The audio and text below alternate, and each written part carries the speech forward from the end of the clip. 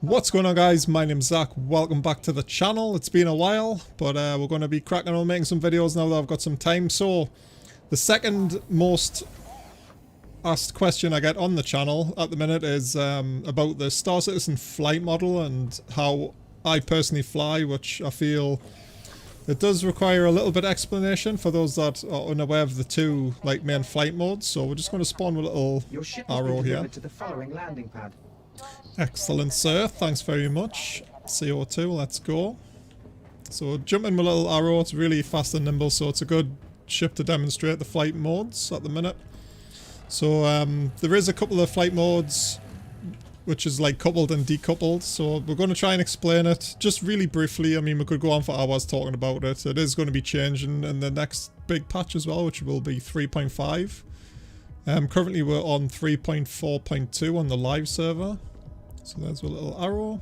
Shame we didn't get a sunside landing pad, so it looks a bit dark at the minute. But we'll get in, get taken off, and I'll try and demonstrate. I know it's really hard on a video to get a feel for how it's flying and stuff, but we'll do our best, yeah. Let's get flight ready. And up. Landing gear up. Nice. There it is. Let's get a look so it's a little bit nicer for you guys. Right, so like I say, there's the two main modes right now is coupled and decoupled. So if we just put our thrusters up a little bit, you see we're coupled at the minute. So what this lets we do when we move a mouse, basically it's like flying a plane, right? So the in-flight control system, or the IFCS, is controlling our boosters right now to keep it moving in a forward trajectory. So as we turn, it's scooting the thrusters around just to keep we're pushing forward sort of thing. And if we go faster, and we can't actually, if we do like a really sharp turn, you see we do get a bit of drift as well. So there's other things which can be used to counteract the drifting, which is, we can see it's off right now down here, which is with com stab, and with G-safe that just stops with blacking out and stuff. So if we turn the com stab on, you'll see when we start traveling, you can see it's like slowing the ship down on a fast turn, just so it limits the slide. It feels a little bit buggy right now actually in the arrow. I'm not sure if it's because it's like super nimble, but with throttles like at 100, and you can see we're not getting any drift. So it's helping we make a sharper turn sort of thing with less drift. But I wouldn't recommend flying with com stab on at all. It's just horrible, even if you're coupled. Plus, if you get used to the way the drifts work, it's like fun. Though obviously the blackout style, you can black out quite easily. So let's slow down. So basically, coupled's like flying a plane. That's in its basic form. That's what it is, yeah. So now if we go to decoupled, which is the way I fly like 100% of the time, except when I'm landing. You can see there we've knocked it off. We've still got com stab off, not that it matters too much in decup. So now if we go forwards, we've got to use the reverse thrust ourselves to slow down and stop. So depending on how much we need. So you've got to counter thrust everything. So it's like Newtonian physics, 6 degrees of freedom. If we go forwards, we can actually leave our ship on that vector and turn around. So it's like Battlestar Galactica, right? The way they fight, they can like switch around and stuff. So unless I start like forward thrusting now to counteract the original vector there, yeah. That's just the armistice zone going. So it is like when you've been used to flying coupled quite a lot, like flying decoupled is a little bit, it feels weird, right? Because there's lots of key pressing. I mean, there is actually a thing called space brake, which I personally never use, but that'll slow you down to a stop, and then when you let it go, it'll keep you going again. So what I would recommend is like not using the space brake at all, just literally using the counter thrust technique. So if we go forwards, then we've got to press back, slow down, stop and stuff.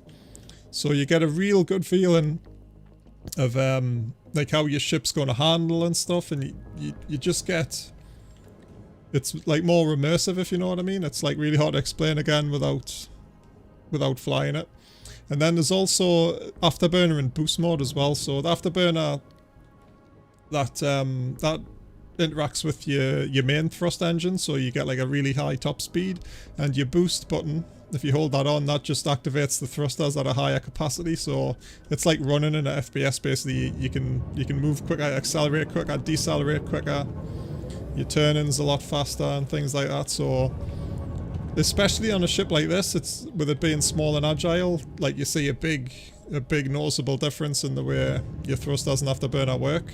Whereas in the bigger ships, it is useful to still use your boost and stuff, so you can get on target or do whatever you need to do. It's not as noticeable, like especially in the huge ships like Starfarers and things. I mean, it's negligible, but still useful as well. But in combat, like boosts definitely something that's like held on, or has been in the past held on 100% of the time. Like right now, it's not as prevalent as it was, I would say, in the previous patches, but it's still. But if you ever see us like streaming and doing combat, you'll see the boost like being tapped all the time, and it's only on when I'm pressing a key, like all the time. So you can see just like what effect it has on the ship. You can slow down on a dime. It is like the decoupled modes have always had issues with bugs and stuff as well, so.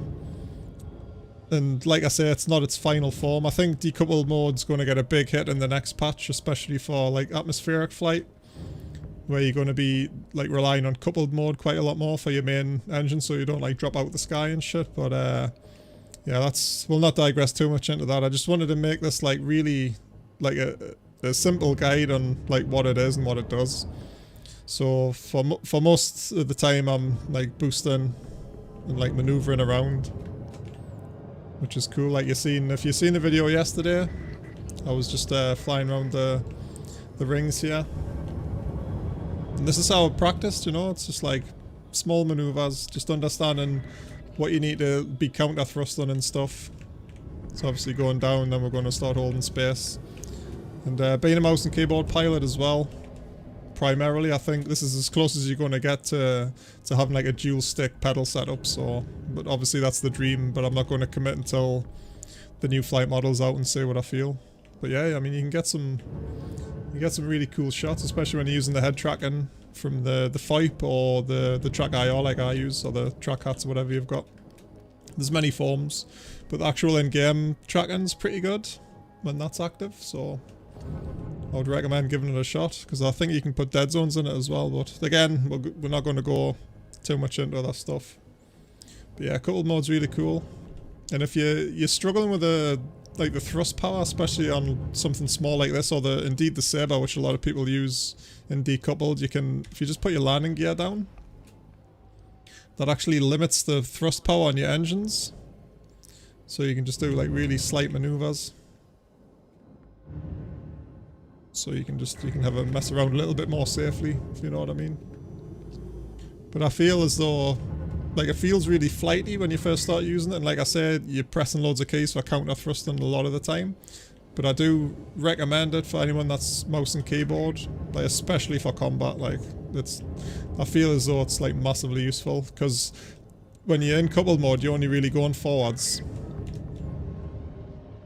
Let's have a look here. I mean, obviously you can't strafe and like use your boost to strafe, and to like go backwards you've got to like hold Alt and press S, which is your reverse strafe key. So you're pressing extra keys when you shouldn't be, and you can kite much easier in decoupled mode, because like if the end of this tower's were target, we can strafe round quite easily, but we can also close the distance and reverse as we're doing that as well. So in coupled mode you're pretty stuck to just going like at the same distance, so you're an easier target to hit really, because you're more predictable.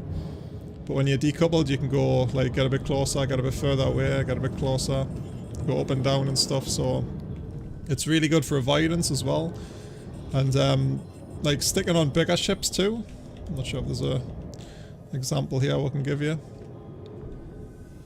It's much easier for staying out the sights of like a target, so you can basically be looking at your target the whole time when you're shooting them. So, but again, next video's up, we'll do a little bit more in depth with actual fighting and stuff. We'll probably get one of the lads to jump on and give us a hand just to give some combat, all the way it looks or feels rather. So anything small against the big ships, obviously amazing, right? Because there's like, especially in this ship, there's no reason why you should be a target. You should just be behind them or on top of them or whatever. shooting whatever shield faces to get them down. But yeah, cool. So I hope that was a little brief explanation of what decup and cup is. I know I'm not like a super expert on all the aviation terms or anything, but I'm sure you catch the drift. Any questions, leave them in the comments, guys, and I'll see you boys in the next video.